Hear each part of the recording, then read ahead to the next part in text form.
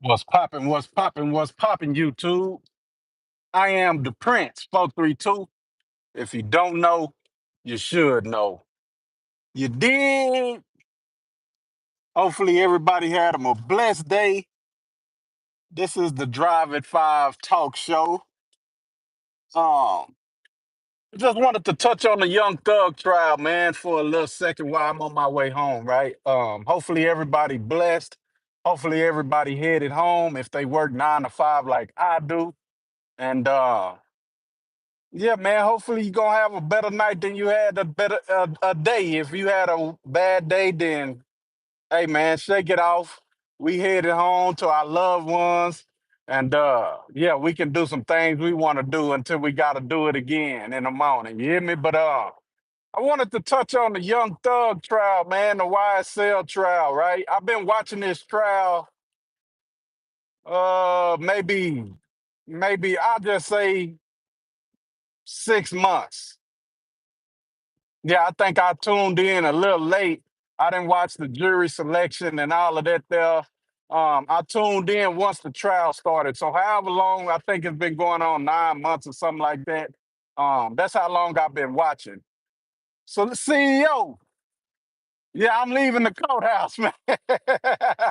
Yeah, CEO, I'm leaving the courthouse. It was a long, stressful day. Uh, got a couple of more plea deals out the way. So it's down to three. It's down to three people: Young Thug, Yak Gotti, and the homie Shannon Stillwell. Those are the three still fighting this case. And man, I just wanted to touch on it. I know I've been touching on it with you, homie. I'm glad you've been letting me voice my opinion on your show. So I said, man, you know what?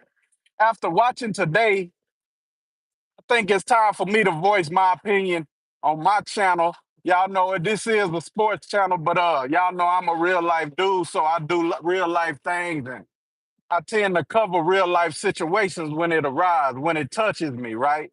Um, I never been in the courtroom where I was facing no major jail time. I always been a misdemeanor kind of guy. Um, Possession of marijuana under 2 ounces, false identification, and evading arrest on foot, shit like that, right? Could have gotten in a lot of big trouble. You know what I'm saying? Some of the things that I didn't get caught for, or I was in a high speed chase one time, and that's how I got my evading arrest on foot because I wasn't a driver, right? But I was in a high speed chase, and we ended up how the chase ended. We end up running into a tree. Yeah, but this was my younger days, right? Y'all see the Prince is a wild man now. You know what I'm saying? You can tell by my beard that I've outgrown all my childish ways. But that's partly the reason why I wanted to talk about this on my drive home, man. One of the kids was 20 years old. I have a 19-year-old son. They say that this kid has been in the streets since he was 11 years old. Um, I can't even imagine my son at 11 years old. My son was a good Pop Warner football player. You know what I'm saying?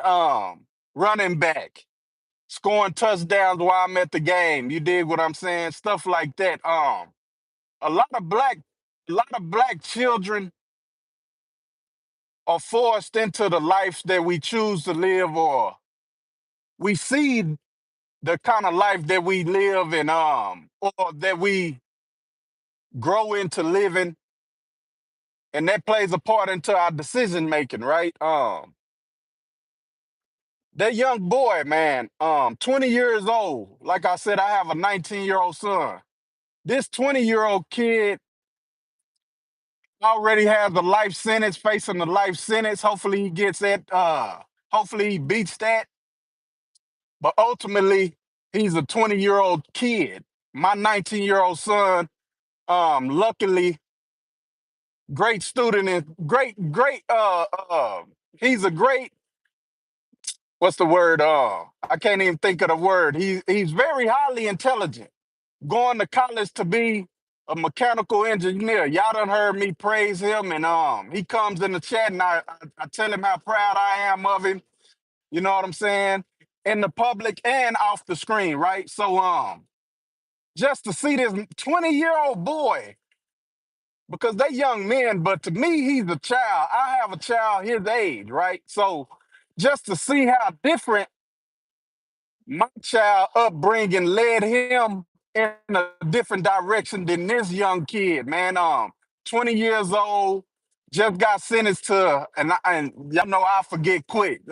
That's why I need to do a live reaction. But just got sentenced, man. I wanna say 20 years, something like that. 10 years, no, 10 years, 10 years, 10 years. Because they said if he beat the life sentence, if they appeal that and he win that, then he eligible to come home at 30 years old. Just imagine that. And for the homie CEO, exactly, he knows way better than me, right?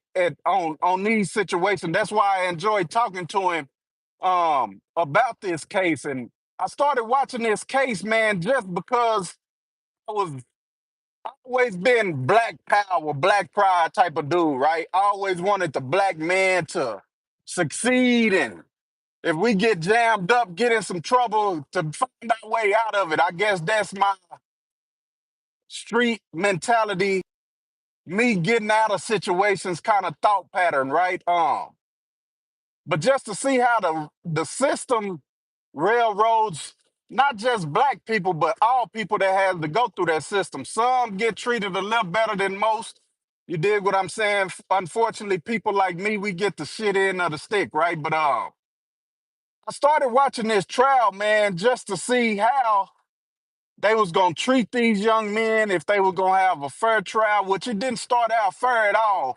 And we know we talking about the YSL and the Young Thug trial, man. That trial um, in Atlanta, predominantly black city, state, whatever it is, whatever Atlanta is, city, for sure.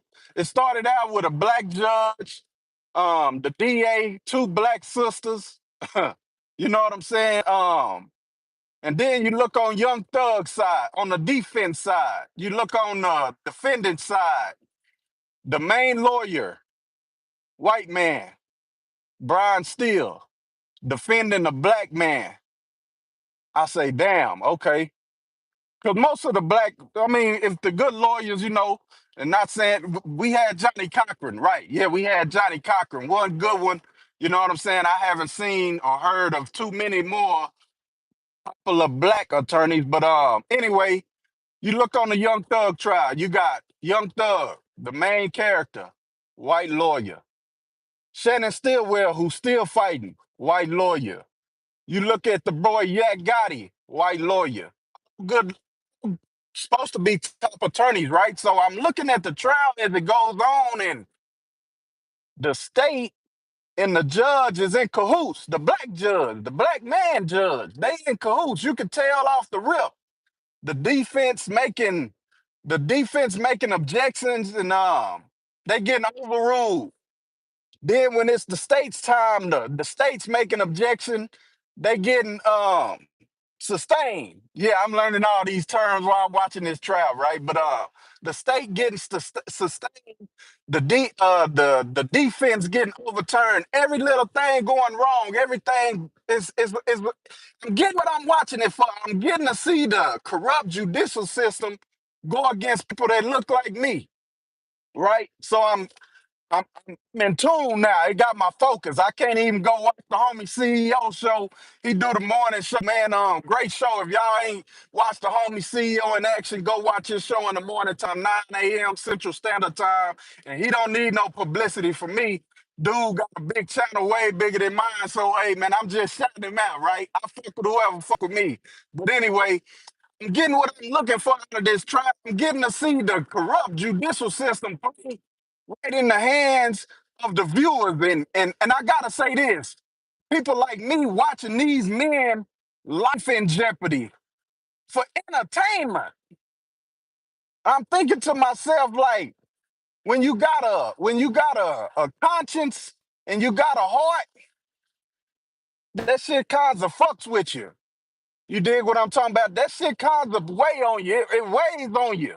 If you got a conscience, if you got a heart, or if you know anybody that's been railroaded through the system, or you know one of your family members that done been in this system, you know once they get you in, then they kind of got you, right?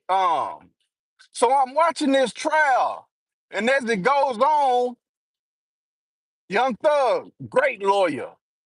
He finally get the ups on the state and the judge.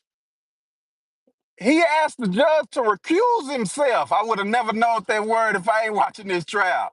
I wouldn't have never known a lot of words if I wasn't watching this trial. But anyway, he asked the judge to recuse himself. He's being biased. Young Thug ain't getting a fair and speedy trial. And ultimately, the black judge gets recused. For those that don't know that, for those that's ignorant to, like, you know what I'm saying, to words like that, like I was, a recusal is you got to get out the way. You got to fire yourself. I'm looking at the judge as the highest fucking job in America besides the president, right?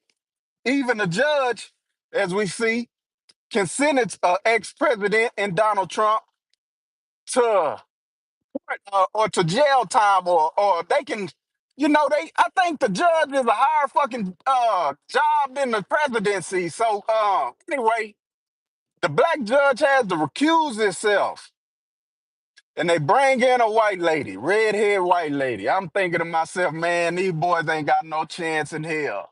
You know what I'm saying? So I'm enamored, right? Another big word. I'm enamored. I'm attention is all focused on this trial every morning. This shit lasts 8 hours a day, so I'm getting through my work day while I'm listening. I may not be watching on the phone, but I'm listening. I'm paying attention. I'm listening. I'm learning words, and um, I get to peek at the shout out to the homie Seti Nash. He do a great job at breaking this trial down as well, man. I'm getting to watch his uploads. I'm getting to watch what he say about the trial. Then I'm getting to learn that, man, Young Thug ain't getting found. They not, the evidence ain't pointing towards Young Thug. But this is a RICO case. I done learned that a RICO case can be brought upon you if your family members is doing wrong and you know about it, or you in close proximity of them, you can be found on a RICO charge with your family, man. That's how deep this shit is, right? So Young Thug is the money. Young Thug is the leader, allegedly leader, right? They got him as the person that's telling people, pointing his finger, you do this, you go do that. Uh, I'm gonna pay you to do this. I'm gonna pay you to do that. All along, the state got star witnesses, right? YSL Woody, uh, uh, Tick, uh, uh, DK, a couple of more people, right? They got star witnesses, and all these star witnesses is supposed to say, yeah, Jeffrey Young Thug Williams told me to do this. Young Thug said to do this. Young Thug paid me to do this. When they get on the stand, and mind you, a couple of them, DK, Tick, they signed plea deals, right? To tell on Jeffrey to say, hey, Young Thug did this. Anyway, they get on the stand, and they have that motherfucking humbleness come to them. That motherfucking, I don't know the word to you, but something comes up over them, and they say, no, he didn't do none of that. Dig what I'm saying? So I'm watching it. I'm sitting back. I'm watching it like, okay, he ain't do none of this. They putting these charges against him. Yeah, the system is fucked up. So I started to root for Young Thug now, man, a little more. After I heard that he ain't commit these alleged unalives, or he ain't had nothing to do with no people getting robbed or these people getting shot, which wholeheartedly I do believe because they was in beef with one another. Y'all know allegedly YFN Lucci and Young Thug. That's what this trial is basically about. Those two record labels, allegedly, gangs allegedly are beefing, right? So I'm starting to learn that all of this shit has to do with other people going to do shit not on behalf of Jeffrey William Young Thug, but just because they want to be down or they want a little notoriety or they want Young Thug to, which they brought that up in the trial. The defense, Young Thug's lawyer said that Young Thug take care of the community, uh, love the people that he'll be around. He give them whatever they want. Got access to drive his cars, access to go in and out of certain places. He taking them on tours and trying to show them a different side of life, right? Trying to take them away from the negativity and bring them into this superstardom role that he has. He's giving them jobs as security guards and, you know, just uplifting his community like we would want anybody that make it out do. Reach back and give us a hand, help us out, pull us out the rut with you. You dig what I'm saying? But these guys, like I said, born in poverty. Some of them don't have fathers. We learned today a couple of these guys' fathers murdered while they was young boys, 4 years old, 11 years old, shit like that. So all of this is playing a part in the way that you go about your everyday life. So yes, you might have to take a little bit, or you might have to do a little wrong to get ahead. You dig what I'm saying? All of us do it. Even like I said, even the rich people, they do it too. So I'm watching this trial, man, and today, like I said, it came to today or this week rather, where uh they had a mistrial in place. The state moved or the defense moved for a mistrial against the state. It's done been asked for at least 20, 30 times. Dig what I'm saying? No mistrial set in motion, no mistrial in place. They denied it, denied it, denied it. Well, this last time, the defense moved for a mistrial, and it happened to be the first guy that took the plea deal. His attorneys moved for a mistrial. So the judge say, "I'll grant you a mistrial, but not with prejudice." And for those that don't, mistrial with prejudice is what you want because the state can't go back and retry you. That means you out scot free. All the charges drop, you win the case, right? Um, Judge said, "I grant you a mistrial, but it ain't gonna be with prejudice. So I grant you the mistrial, and the state can retry you, right?" So they said, "Do y'all want to think about it and talk about it?" So that's where we been for since last Wednesday or something like that. Yeah, I think I get my times mixed up, man. Y'all forgive me, but last Wednesday, I believe that's when the trial got set into motion where all these plea deals starting to happen, right? These the state trying to bargain with the defense to get some plea deals because that's a win for them, right? So um three people done took plea deals. Um like I said, today was the day that really touched me because I was looking at that 20-year-old boy. I started thinking about my son. He 19, he in college. Just damn, man. If I would have kept doing what I was doing, my son probably would have went down the wrong path. Or I would have been fucked off. I could have been in jail or prison, or I could have been even, you know what I'm saying, even in a worse situation, which y'all already know what that is. But yeah, man, I was involving myself in some shit that I didn't need to be involved in. And that's what I think is going on with this trial, man. A lot of these guys are forced into situations that they put in, man. Are forced to do wrong, and you know what I'm saying, to try to stay ahead, try to stay afloat. So where I'm kind of getting to, I don't think that the judicial system is all that bad, right? I don't think it's all that bad when you go to think about it, because the judge ultimately, she granted these plea deals. And um the last guy that just got a plea deal, man, he was looking at life. The state bargained with his defense team. The boy got 14 years. He got to serve 9. They say he been in jail for 4 years already, so they gonna count that. Hopefully, they count that time served. So 14, 9, 4 years already done. Time served on that.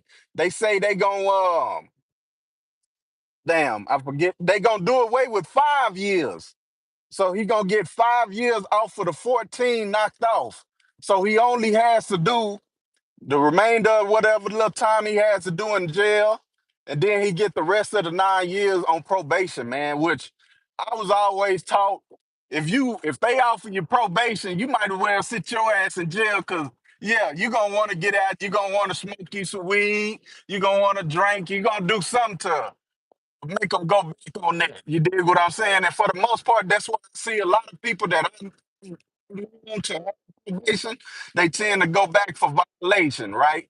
So just hopefully these boys that got these deals, they get out and they do something different, man. They be better and be greater for their families, not only for their families, but for themselves, right? Um, like I said, man, I was watching this trial, man, for the wrong reasons. And now that I'm waking up, I'm seeing how the judicial system is. I'm watching it for a different reason now. It's not all about entertainment for me, right? It's about education. See, a lot of us, I speak for me, I can see a motherfucker going through something, and no, I don't want to go through that. Hence, my parents was on. I was born in the '80s, so I grew up in the '90s. So I seen the effects of crack and what it does to my parents. Right? I knew shit. I don't want to be on that shit. You know what I'm saying? Which they ultimately beat it.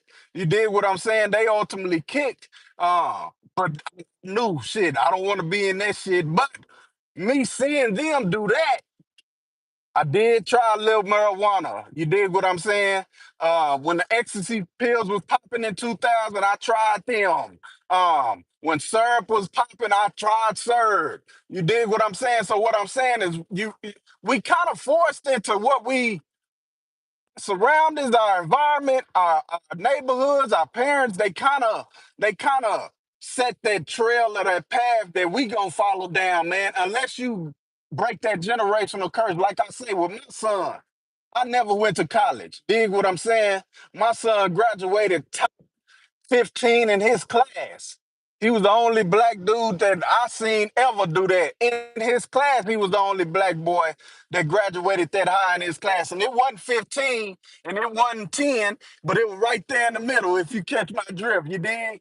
I think it was 12 or 13, if I ain't mistaken. But I talked to him the other day and he said, man, I'm mad I ain't get that top 10, Dad. I said, son, I'm just happy you graduated, you going to college, you exceeded everything I ever did at the age of 19. My first time going to jail was at 17. You dig what I'm saying? For entering opposite sex restroom and false identification. So as I say that, I say, like I said, from 17 to about 28, I was in and out of jail for little small petty shit. Like I said, the evading arrest on foot. Um, with marijuana under 2 ounces, shit like that. Driving without a license, suspended license, shit like that. Just going in and out of jail for petty shit.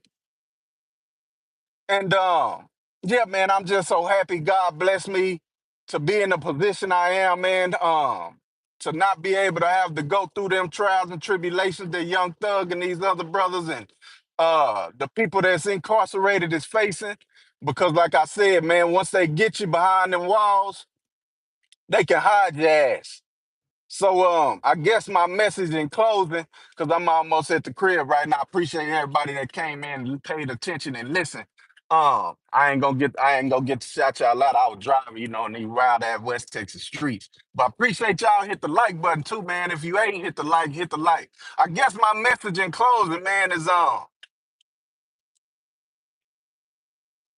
like I say in the morning, the way your day start ain't the way your day gotta end. But we know the day gotta end, right? The day gotta end. But the way your day start or wherever your life is going at the present moment in time, that ain't the way this shit gotta end, bro. Yeah, I'm at home now. That ain't the way this shit gotta end. So Hey, if you blessed to be alive, man, if you blessed to listen to me right now, uh, be happy, my nigga. Like, yeah, be happy and enjoy life, man, because shit happens fast, bro. But I appreciate y'all, man, coming there. CEO Hockley, the homie Eugene neighborhood real what's popping, fam. Phone check, Dre too much. Joshua Graham, hey man, hey, this trial is interesting. Hopefully, Young Thug beat this shit. I see that it's still three left. Like I said, I think these are the main three. These other three that took the deal, I don't think they really is as involved in this trial as these three that still left. Young Thug, Shannon Steelwell, and Yak Gotti. So I think court gonna be tomorrow, man. We still gotta wait and see what's gonna happen. Do Young Thug need to take a deal? Um, do he want to come home? The thing about Young Thug, I'll say this before I get off, man. I'll let y'all go. The thing about Young Thug is he don't have no felonies. You know what I'm saying? So I can just imagine me. I'm a licensed carrier of firearms. I practice my Second Amendment. I can vote. I can run for mayor or office. The judge even said that by pleading guilty to this felony, you can't run for office or none of that shit, right? So just imagine Young Thug, no felonies, really can beat this trial if they just continue fighting, which I think they do. Also, just to see these white people fight for these young black men, man, is promising. But anyway, Young Thug don't want no felonies. Young Thug want to get out and be able to do whatever he want to do, smoke his syrup. As an artist, they gonna be around drugs and all that shit all the time. So he want to be able freely, if he choose to, what I'm saying, go back to smoking and drinking, whatever he choose to do, then he's able to do that, man. Damn, CEO, you was a hater, man. You was a hater, fam. Yeah, Young Thug, CEO say Young Thug going to jail. That's fucked up. He already in jail, so hopefully homie get out. But hey man, yeah, that shit touched me, man. I had to speak on it on my shit. Like I say, salute to the homie CEO, been giving me his platform just to shed a little light on what's going on, what I feel. And hey man, this shit crazy. But over here I can say go Rockets. Now you can get out of here, CEO. You understand me? Go Rockets. Yeah. Now I'm finna close down. Hey man, just hey, at the end of the day got to end, but it ain't got to end how it started, man. Y'all already know how I said in the morning. We gonna go be great. If you had a bad day, we gonna have an even better night tonight, man. So go be blessed, go be great. Hey, stay out of trouble, cause hey, once they get your ass, they gonna hide you. Hey, y'all already know.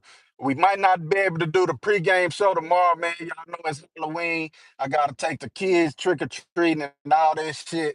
Baby ain't gonna let me stay at the house, so might not be no pregame tomorrow, but the next game, y'all already know. I'm come live in the morning, man, for the drive in the morning just to break down the game since I can't do the pregame. But hey man, y'all already know, man. I gotta get in here and get to it. I appreciate y'all for watching and listening. Y'all already know I am the Prince 432. If you don't know, you should know. You